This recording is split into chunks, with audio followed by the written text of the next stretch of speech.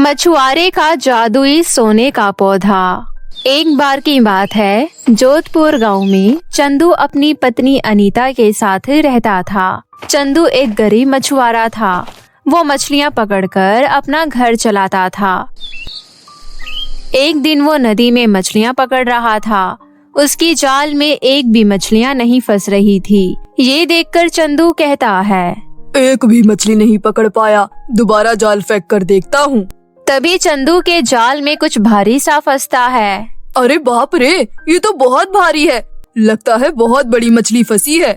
जैसे ही चंदू जाल को पीछे की ओर खींचता है, वैसे ही उसका जाल फट जाता है। जाल को फटा देखकर चंदू कहता है, हे भगवान, ये क्या हो गया? जाल तो फट गया। अब मैं क्या करूं? मुझे कुछ न कुछ करना चाहिए। मेरे पास कांटा है, मैं कांटे से मछलियां पकड़ता हूँ। चंदू मछली पकड़ने के लिए कांटा नदी में डालता है, पर कोई भी मछली उसके कांटे में नहीं फंसती है। तभी एक दूसरा मछुआरा अपने सर पर पतीले भर मछलियां लेकर जा रहा था। वो चंदू से कहता है, क्या हो गया चंदू भैया? आज मछली पकड़ने के लिए कांटे का इस्तेमाल क्यों कर रहे हो? जाल कहाँ है आपका? अरे भाई, मेरा जाल फट गया है, इसलिए आज कांटे से मछली पकड़ रहा हूँ। तो भैया नया जाल खरीद लो ना। मेरे पास इतने पैसे नहीं हैं जिससे मैं जाल खरीद सकूं। कांटे से जब मछली पकड़ लूंगा तो मछलियों को बेचकर उन पैसों से एक जाल खरीद लूंगा। तुमने तो आज बहुत सारी मछलियाँ पकड़ी है। हाँ, आज मैंने बहुत सारी मछली पकड़ी है। चलो ठीक है, अब मैं चलता हूँ। चंदू फिर से कांटा लेकर मछली पकड़ने की कोशिश करता है। उसे सुबह से दोपहर हो जाती है। तभी चंदू सोचता है, इतनी तेज धूप है, सुबह से दोपहर हो गई है, पर मैंने आज एक भी मछली नहीं पकड़ी। लगता है आज मेरा दिन ही खराब है। घर में कुछ खाने को भी नहीं है। एक काम करता हूँ, बाजार जाता हूँ। अगर कुछ उधारी में मिल गया तो खरीद लूंगा। चंदू बाजार जाता है और एक सब्जी वाले के पास जाता है। सब्जी वाले की सारी सब्जियां सूखी सी थी। चंदू सब्जी वाले से कहता है, भैया, आपकी तो सब्जियां सूख चुकी हैं। आप ये कितने दामों में देंगे? जो सब्जी का भाव है उससे आधा दे देना। आधा तो मैं दे दूंगा, लेकिन अभी मेरे पास देने के लिए पैसे नहीं है। मुझे ये सब उधार में चाहिए। मैं आपका उधार जल्द ही चुका दूंगा। चंदू की बात सुनकर सब्जी वाला सोचता है, ये सूखी हुई सब्जी तो कोई नहीं खरीदेगा, उधार ही दे देता हूँ। कम से कम कुछ तो पैसे मिलेंगे। क्या हुआ भैया, क्या सोच रहे हैं? कुछ नहीं भाई, तुम सब्जियाँ ले जाओ, पैसे बाद में दे देना, पर जल्दी उधारी चुका देना। आप चिंता मत कीजिए, मैं जल्दी आपके पैसे चुका दूंगा। चंदू सब्जी लेकर घर जाता है और अपनी पत्नी को आवाज लगाता है, अनीता, अनीता, कहाँ हो तुम? तभी वहाँ अनीता आती है और चंदू से कहती है, आ गई तुम बाजार से? सब्जियाँ लेकर आई हो कि नहीं? हाँ लाया हूँ, ये लो। अनीता सब्जियों को देखती है और चंदू से कहती है, ये क्या? ये सब्जियाँ तो सूखी हुई है। तुम सूखी सब्जियाँ क्यों लेकर आई हो? तुम्हें और कुछ नहीं मिला? अनीता, आज मैं एक भी मछली नहीं पकड़ पाया। मछली पकड़ने वाला जाल फट गया था। मैंने कांटे से पूरे दिन मछली पकड़ने की कोशिश की, लेकिन एक भी मछली नहीं पकड़ पाया। क्या जाल फट गया? और घर में रोटी बनाने के लिए आटा भी नहीं है? बिल्कुल भी आटा नहीं है। नहीं, मैंने सोचा था कि तुम पैसे लेकर आओगे तो आटा खरीदूंगी। अब आज रात हम क्या खाएंगे? मैं लाया तो हूँ सब्जियाँ, आज इसी से हम लोग पेट भर लेंगे। ये सब्जियाँ हैं, ये तो सूखकर पूरी तरह खराब हो गया है। बताओ अब हम क्या करें? अनीता चंदू से गुस्से में कहती है, तुम्हारी तो 2 वक्त का खाना खिलाने की भी औकात नहीं है। खुद भी गरीबी में जीते हो और मुझे भी गरीबी में जीने को कहते हो। तुमसे मेरा एक पेट भी नहीं पलता। पता नहीं तुम क्या करोगे। मैंने तो तुम्हें बताया था ना कि जाल फट गया है, इसलिए मछलियाँ नहीं पकड़ पाया मैं। अच्छा जी, आज तो जाल फट गया है। जब जाल ठीक भी था तो कौन सा तुमने मुझे सुख में रखा था? तभी भी हमें भूखा ही रहना पड़ता था। मैं रोज रोज ऐसे भूखे नहीं रह सकती। तुम कुछ करो, नहीं तो मैं मायके चली जाऊंगी। याद रखना मेरी बात को। अनीता, मैं तो दिन भर मेहनत करता हूँ, देखना एक दिन ऊपर वाला सब कुछ ठीक कर देगा। बस आज तुम इन सब्जियों से गुजारा कर लो, मैं कल कुछ इंतजाम जरूर करूँगा। अनीता वहाँ से चली जाती है। अगले दिन जब चंदू नदी में मछलियाँ पकड़ने जाता है और सोचता है, आज कुछ भी करके मुझे मछली पकड़नी ही होगी। हे भगवान, मेरी सहायता करना। आपके भरोसे पर ही मैं जिंदा हूँ। आज मुझे खाली हाथ ना जाना पड़े। चंदू बहुत देर तक कोशिश करता है, लेकिन उसके कांटे में एक भी मछली नहीं फंसती है और दूसरे मछुआरे मछलियाँ पकड़ कर लेकर जा रहे थे। ये सब देखकर वो सोचता है, हे भगवान, सब लोग आज अपने घर में पैसे लेकर जाएंगे, मैं क्या खाली हाथ ही जाऊंगा? भगवान, भगवान मेरी मदद कीजिए। तभी चंदू के कांटे में एक मछली फंस जाती है। मछली को देखकर चंदू कहता है, चलो एक तो मछली पकड़ में आई, भगवान का शुक्र है। तभी वहाँ पर एक बूढ़ा आदमी आता है और चंदू से कहता है, बेटा मेरी बात सुनोगे? हाँ अंकल जी बोलिए। बेटा मैं एक गरीब बूढ़ा हूँ, मैं यहीं पास में रहता हूँ, मैंने 2 दिनों से कुछ भी नहीं खाया है। बेटा मुझे बहुत भूख लग रही है, क्या तुम मुझे अपनी मछली दे सकते हो? मछली? अंकल जी अगर आज मैं मछली नहीं ले गया तो मुझे भी आज भूखा ही रहना पड़ेगा। बेटा तुम तो दूसरी भी मछली पकड़ सकते हो। बेटा मुझे बहुत भूख लगी है, मैं और भूख बर्दाश्त नहीं कर पा रहा हूँ। चंदू को उस बूढ़े आदमी पर दया आ जाती है। चंदू उस बूढ़े आदमी से कहता है, ठीक है आप ये मछली ले लो, ये लो। धन्यवाद बेटा, तुमने मेरी मदद की, ये लो मेरी तरफ से मछली के बदले ये पौधा रख लो तुम। अंकल जी मैं इस पौधे का क्या करूँगा? इस पौधे को घर के आंगन में लगा देना, इस पौधे में से बहुत सुंदर फूल खिलेगा जो तुम्हारे आंगन को सुंदर बनाएगा। पौधा देकर बूढ़ा आदमी वहाँ से चला जाता है और चंदू सोचता है, एक ही मछली मिली, वो भी मुझे देनी पड़ी। आज लगता है फिर मुझे खाली हाथ ही घर जाना पड़ेगा। लगता है मेरे नसीब में बस दुख ही है। चंदू उस पौधे को लेकर घर जाता है। तभी उसकी पत्नी बाहर आंगन में खड़ी रहती है। वो चंदू को देखकर उससे कहती है, चावल दाल कुछ लेकर आए हो तुम? नहीं, एक बड़ी मछली मिली थी मुझे, लेकिन क्या? चंदू अनीता को सारी बात बता देता है। चंदू की बात सुनकर अनीता कहती है, तुमने मछली उस आदमी को दे दी और सड़ा सा पौधा उठाकर ले आई? तुम पूरी तरह से पागल हो। तुमने एक बार भी नहीं सोचा कि हम रात में क्या खाएंगे? अब मैं तुम्हारे साथ नहीं रह सकती। तुम्हें जो करना है वो करो। मैं कल सुबह मायके चली जाऊंगी, समझे? अनीता इतना कहकर अंदर चली जाती है और चंदू सोचता है, क्या करूं मैं? मेरी जिंदगी में खुशी है ही नहीं। मैं इस पौधे को जमीन में बो देता हूँ। चंदू पौधे को जमीन में बो देता है और वो सोने चला जाता है। वो पौधा रात में बड़ा हो जाता है और सोने का बन जाता है। सुबह जब चंदू की आंख खुलती है तो वो बाहर आंगन में जाता है और वो देखता है कि पौधा सोने का बन गया है। वो पौधे को देखकर चौंक जाता है। पौधे को देखते ही वो अनीता को आवाज लगाता है, सुनो अनीता, जल्दी बाहर आओ, जल्दी आओ। अरे क्या हो गया? सुबह सुबह क्यों चिल्ला रहे हो? क्या देख लिया तुमने? ये देखो, कल जो मैंने छोटा सा पौधा लगाया था वो सोने का बन गया है। ये तो चमत्कार हो गया। भगवान ने उस बूढ़े आदमी का रूप धारण करके ये पौधा मुझे दिया है। अब हमें किसी चीज की कोई कमी नहीं होगी। भगवान ने अब हमारी सारी परेशानियां दूर कर दी है। चंदू और अनीता की जिंदगी सोने के पौधे की वजह से बहुत अच्छी हो जाती है। उनकी सारी परेशानियां दूर हो जाती है। अब वो खुशी खुशी रहने लगते हैं। बादलों में 3 जादुई केक के घर।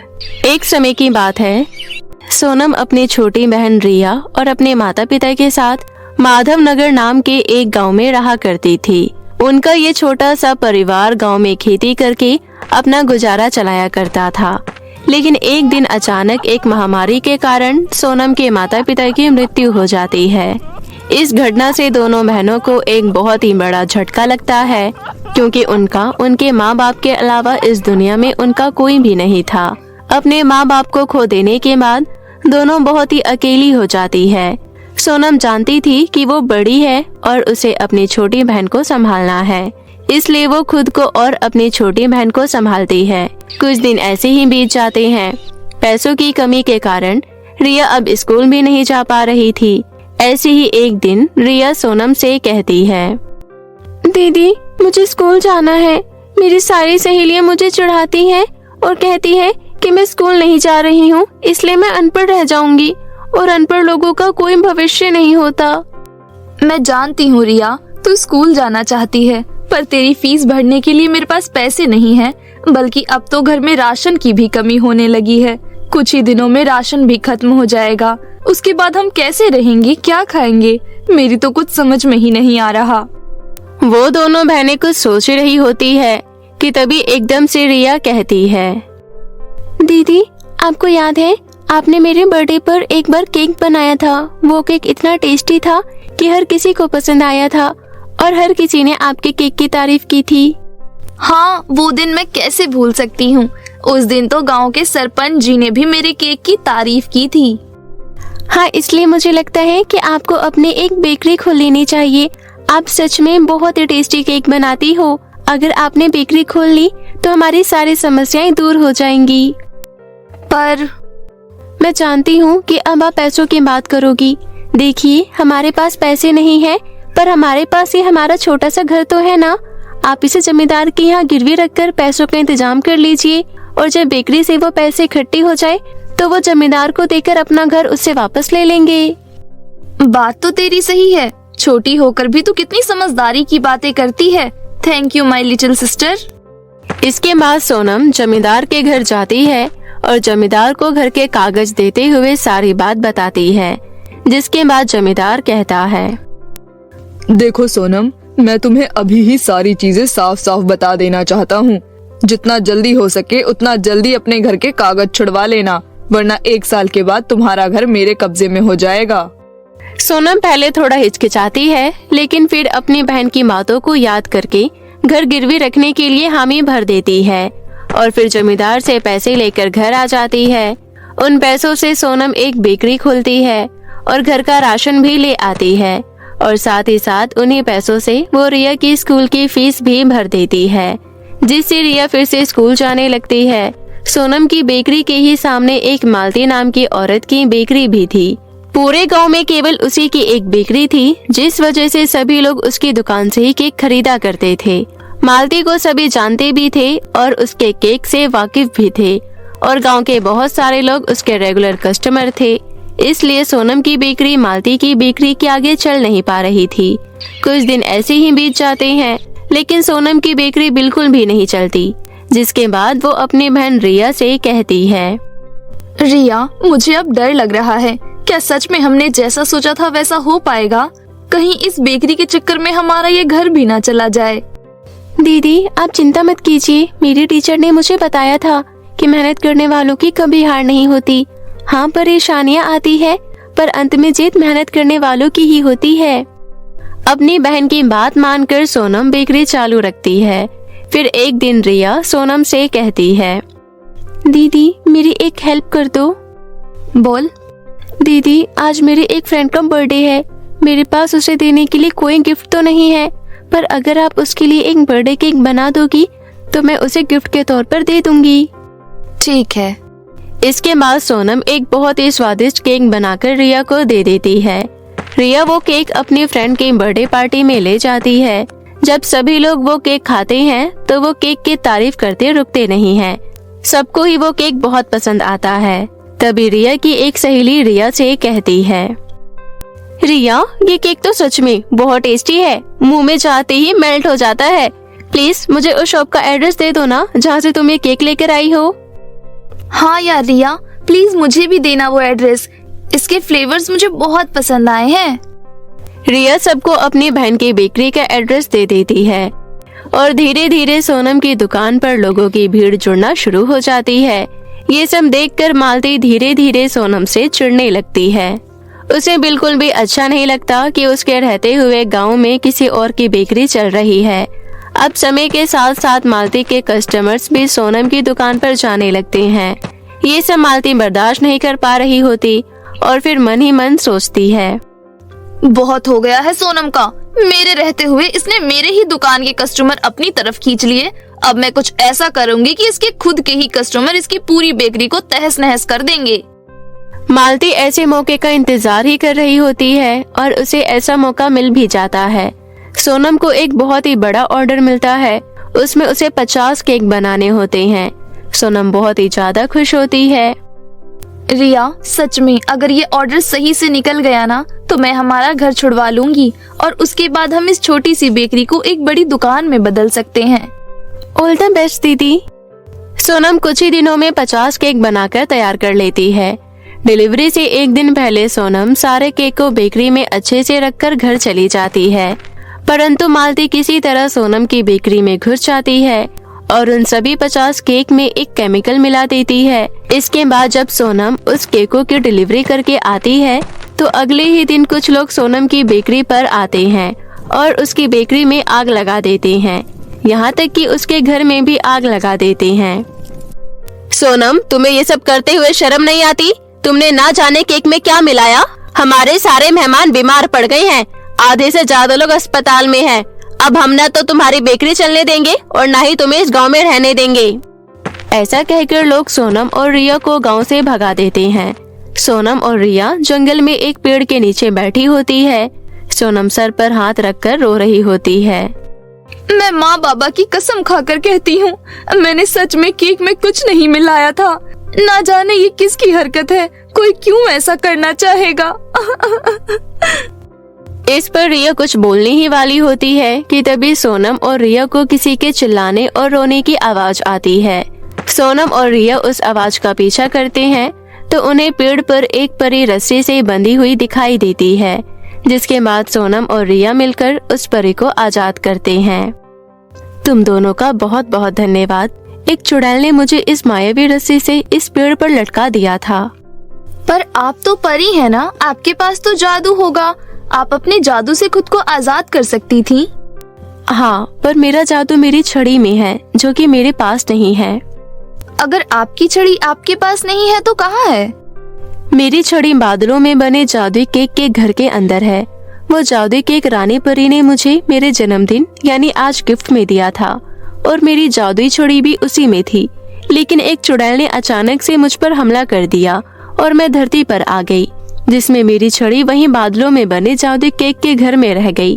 कृपया मेरी मदद करो और मेरी छड़ी वहाँ से ले आओ। पर हम बादलों में पहुँचेंगे कैसे?